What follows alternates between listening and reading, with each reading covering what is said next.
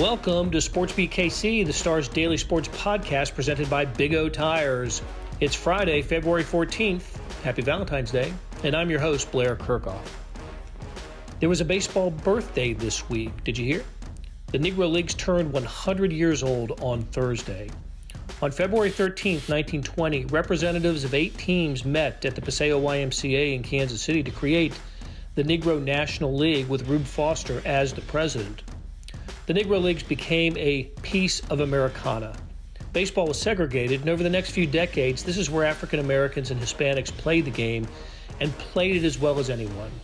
You've heard the names: Josh Gibson, Oscar Charleston, Cool Papa Bell, Satchel Paige. They're all enshrined in baseball's Hall of Fame, along with so many others who played in the Negro Leagues. So on Thursday, baseball returned to the Paseo YMCA to recognize the occasion. Commissioner Rob Manfred was there, as was Royals owner John Sherman, among others. But as is always the case wherever he speaks, Bob Kendrick, president of the Negro League Baseball Museum just across the street from the YMCA, delivered the most moving speech. You'll hear the comments of Manfred, Sherman, and Kendrick, all about 5 to 7 minutes each, starting with Manfred, who announces a special pledge to the Buck O'Neill Center, an educational arm of the museum that will be housed in the Paseo YMCA building. That building was vandalized a couple of years ago, and much of the funding is earmarked for repairs. Here's Baseball Commissioner Rob Manfred. It really is a pleasure to be back here in Kansas City. I was chatting with the great new owner of the Kansas City Royals, John Sherman, this morning, and saying what an asset this part of town is for Kansas City, to have the Negro League Museum, the Buck O'Neill Center, the American Jazz Museum, and of course the great Royals Baseball Academy, all in a single area. Just great for your community, and I think a testimony to the spirit of the community here in Kansas City. I've always been a huge fan of the Negro Leagues Museum. Bob talked about the tour that he gave us. I'd actually been there before, but I have to tell you, Mr. Kendrick kind of makes it special for you if he walks you around. It commemorates baseball history, but it's more than that. It's a tribute to African American entrepreneurship and the culture that existed during the period of time. It is a great place, and we will always be big supporters. I think one of the ways that you judge the quality of a museum is, do you learn something every time you go? And the last time I was there with Bob, I particularly focused on the section of the museum about Henry Aaron's time in the Negro Leagues. And I learned during that visit that his nickname was Pork Chop when he played in the Negro League. So Henry happened to be here that night. He was sitting with us during the World Series, so I kind of slid in next to Henry and I said, "Hey, how you doing, Pork Chop?" And I think he was impressed with my knowledge of his history, at least. Major League Baseball and its players are really proud to be participating throughout this season in the celebration of the 100th anniversary of the Negro Leagues. My friend Tony Clark, on behalf of the players, the MLBPA, and Major League Baseball have pledged an additional $1 million to the project here in Kansas City.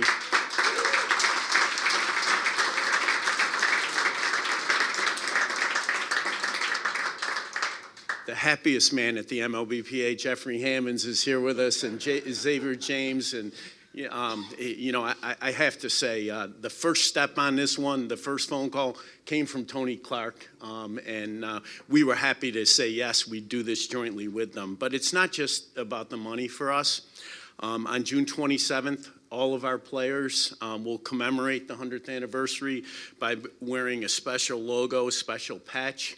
A number of our teams are planning special tribute games throughout the year. There will be features on the MLB Network, the MLB.com, all of our platforms about the Negro Leagues throughout the year. As a matter of fact, there was a great one. Those of you who were doing the right thing and watching the MLB Network yesterday will know there was a good one about Buck O'Neill yesterday.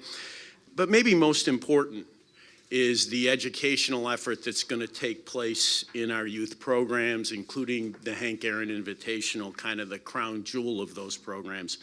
We have made a tremendous effort to attract young African-American players to our game.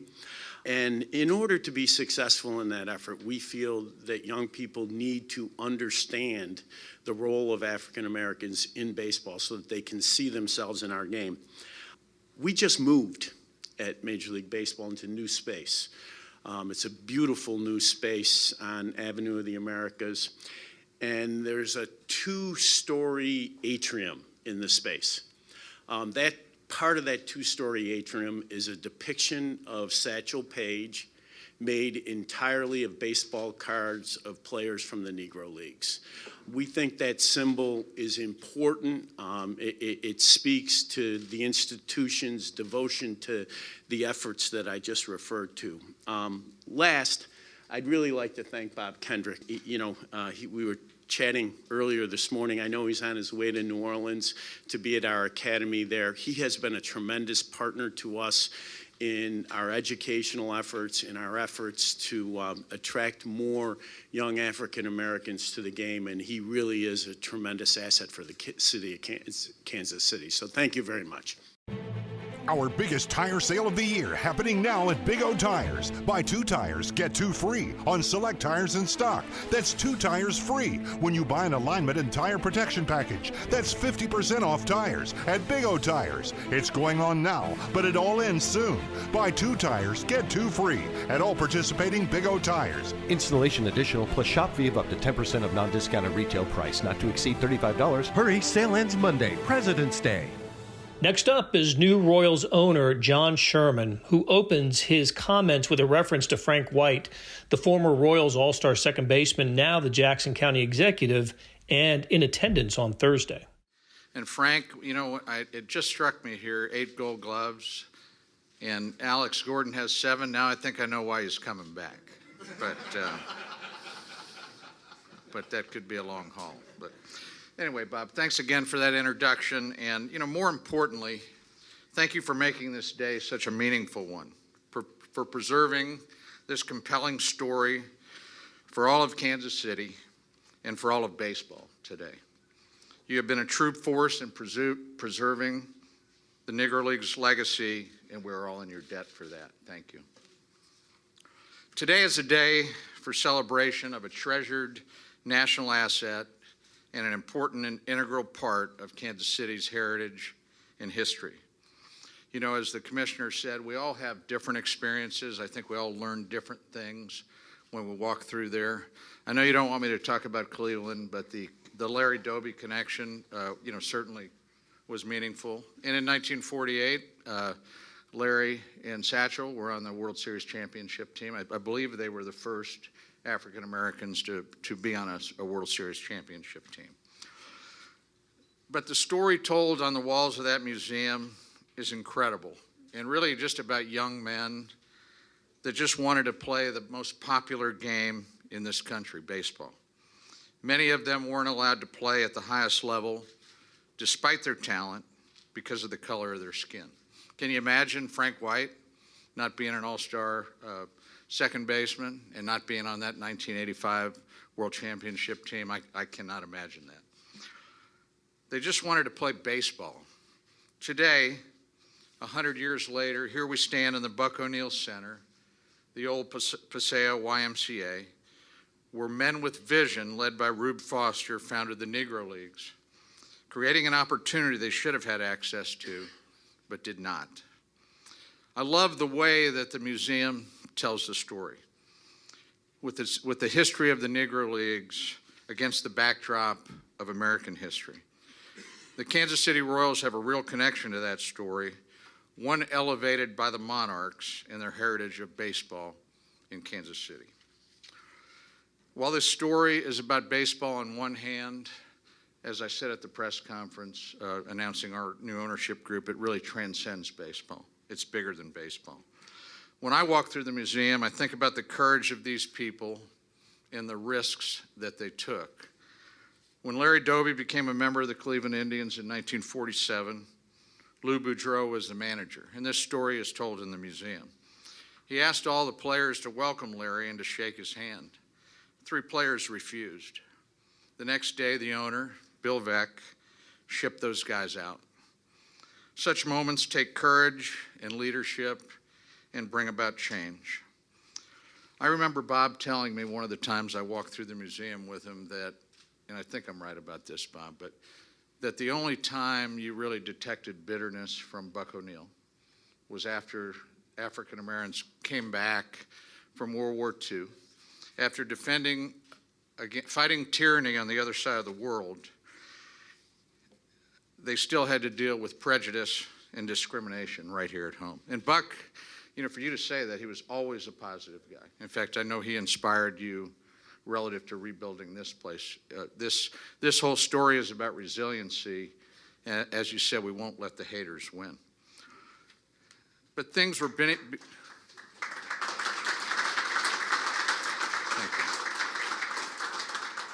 But things were beginning to change. In 1947, Jackie Robinson and Larry Doby broke through in baseball. In 1948, President Harry Truman desegregated the armed forces by executive order against great opposition. Harry Truman himself played a game-changing role in history. I think he was ahead of his time from a civil rights perspective, and his story is superimposed. Former Secretary of State and Chairman of the Joint Chiefs of Staff, Colin Powell, once came to the Truman Library and said, "Harry Truman gave me the only job I could get at that time, in the military." Secretary Powell went on to say he would never have had the extraordinary opportunities that he did to serve his country at the highest level, but for the president's courage. I don't know if the president was inspired by what was happening in baseball, but the timing is curious, and for me, it illustrates how this story transcends baseball. Today, standing on this hallowed ground, the feeling I am most left with is gratitude. Gratitude that we have this treasure with us right here in Kansas City. Gratitude that the Negro Leagues and the Monarchs are part of our legacy, and that the Kansas City Royals have the privilege of being up close to their extraordinary history. Gratitude that it happened right here, that it adds so much to our city's heritage, and that it's part of our legacy. That's pretty special. Today's celebration is a reflection of how important this iconic institution is to Kansas City and to the game of baseball. But even more, it's an American treasure. This place reinforces to us how important it is for all of us to elevate the lesson the Negro Leagues so powerfully taught us. Through the example of people like Rube Foster, J.L. Wilkinson, Wilkie, the first owner of the Monarchs, and when you talk about entrepreneurship, I think he invented night baseball. When you think about the courage of somebody, and it was during the Great Depression, he got the bank to lend him money to shine lights on a baseball field. And how he got that done, I don't know. Tonight we don't call it night baseball, we call it prime time. And we call the game content. And so, that you think about how we all benefit by what happened here in Kansas City. This sport has created positive change that still hasn't reached its finish line. But today is a day that we celebrate people who were just trying to create opportunities, and they changed our country, and did so with game-changing success. On behalf of the Kansas City Royals organization, we are grateful for that history lesson, and we pledge always to never forsake it and forever honor it. Many thanks to all of you for that privilege. Hey, it's Blair. Hey, we have a special subscription offer for SportsBeat KC listeners, unlimited digital access to the Kansas City Star's award-winning sports coverage. Sign up now for 1 year of Sports Pass for access to all the sports news, features, and columns we have to offer. And it's only $30. That's a 40% savings off our regular rate. For your convenience, your subscription will automatically renew after the initial term at $50 unless you tell us to cancel. A lot of subscription services won't tell you that. They'll just sneak it on there. We just told you. Your subscription helps support the sports coverage of kansascity.com and the Kansas City Star. Please visit kansascity.com/SportsBeatKC offer to get this special offer. And as always, thanks for listening. Finally, we hear from Bob Kendrick. The man can hold a room. He emceed the hour-long event on Thursday without notes. He introduced all the speakers, remembered everyone's name and title, and eloquently delivered these closing comments. Pay close attention when the topic turns to Oscar Charleston and plans for his memory. Here's Bob Kendrick. Well, for those of you who got a program, you can see some of the things that are being planned under the umbrella of a 100-year celebration, which we are super excited about. We hope that you will earmark, particularly November 14th, when we will play host to a star-studded baseball celebration. And we're excited about all the eyes being on Kansas City. Just quickly as we close, this building is so vitally important to the next phase of growth for the Negro Leagues Baseball Museum. We were very bold and daring in 1990 when we opened the museum in a little one-room office about as big as this area that I'm standing in. And Buck O'Neill and a number of other local Negro Leaguers, and Frank mentioned a bunch of them, all of them gone. They're all gone. They took turns paying the monthly rent to keep the little office open. And with it, our dreams of one day building a facility that would pay rightful tribute not only to one of the great chapters in baseball history, but again, one of the greatest chapters in American history. And we knew from the onset that we were dealing with potentially a finite piece of history, from the standpoint that all of those who made this history were going to be gone. And it wasn't a matter of if, it was a matter of when. But their legacies deserve to play on. And the life lessons that stem from this unyielding belief in self. Yeah, you won't let me play with you, I create my own. And there's something very special about that as Mr. Sherman said, transcends the game of baseball. Yeah, it transcends race, it transcends age, and it transcends gender. And that's all wrapped up inside this beautiful story of the Negro Leagues. A group of individuals, talented individuals who just wanted to play ball. That's all. And so as we embark on the next 100 years of promoting this rich history, we look forward to each and every one of you being a part of this journey and making sure that our future generations will have an opportunity to learn something that none of us were privy to during our own formal educations. And that is what makes this story so incredibly awe-inspiring, so incredibly compelling, and obviously so incredibly needed, and maybe needed more today than ever before. And so as we leave, we are looking forward to going to Indianapolis on May 2nd, where the official first game took place, May 2nd, 1920, between the Indianapolis ABCs and the Chicago American Giants. Rube Foster's Chicago American Giants and C.I. Taylor's Indianapolis ABCs. First official game. We're going back to Indianapolis to commemorate that. But we also recently learned that the great Oscar Charleston, whom Buck O'Neill would say without hesitation, the greatest baseball player he ever saw. Commissioner says he was Willie Mays before we ever knew who Willie Mays was. As a matter of fact, the old timers in Negro League say the closest thing to Oscar Charleston was Willie Mays. And that is absolutely frightening, as my dear friend who's here today joining us, Joe Posnanski. Joe, thank you so much for coming into these frigid temperatures from Charlotte to be here. And he heard Buck tell that story a gazillion times, and he said it with compassion and conviction each and every time. Well, we learned that he's buried in a nondescript grave site there in Indianapolis. And so one of the things that we're doing as part of this 100-year celebration, not only going back to commemorate that first game, but we will go back and put a proper headstone on the grave site of the legendary Oscar Charleston. And I know he didn't want any recognition, but I do want to thank a guy who, honestly, I just met today. He saw me on the MLB TV network with Harold talking about Oscar Charleston and his effort to put a headstone on his gravesite, flew in from San Francisco as a result. Mr. Rick Roberts. Rick, where are you? He's in the back there. He's hiding in the back. He didn't know I was going to do this. But that's what happens when you generate that kind of exposure. And now he is working diligently. He's taking leadership of making sure that Charleston is recognized in a way in which he should be, with not only his own financial support, but galvanizing others who will be there. So it will be a special day, May 2nd. So Rick, thank you.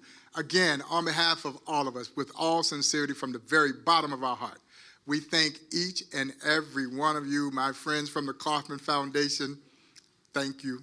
Thank you, thank you, thank you. They've already pledged their support to this celebration very generously, I may add. And our friends over at the City of Kansas City, who too have pledged their support very generously, I may add. And I hope that others of you will join us in making sure that we take care of this great museum. Yes, absolutely. So again, thank you all for being part of this historic ceremony. To all of our dignitaries, we want to get a shot, one group shot here that kind of commemorates the spirit of Ruth Foster before we head back over and you all start to go back to your next destination. But it's going to be a fun year. It is an extremely important year, and it has an opportunity to be a game changer for the Negro Leagues Baseball Museum. Thank you all. That'll do it for another week of SportsBeat KC, the Stars Daily Sports Podcast. Thanks to producers Derek Donovan and Randy Mason for putting together today's show. Stories about the Negro League birthday celebration and a terrific column on the topic by Vahe Gregorian can be found in the show notes and on kansascity.com. We'll be back on Monday for another week of SportsBeat KC, where we talk sports in Kansas City every day.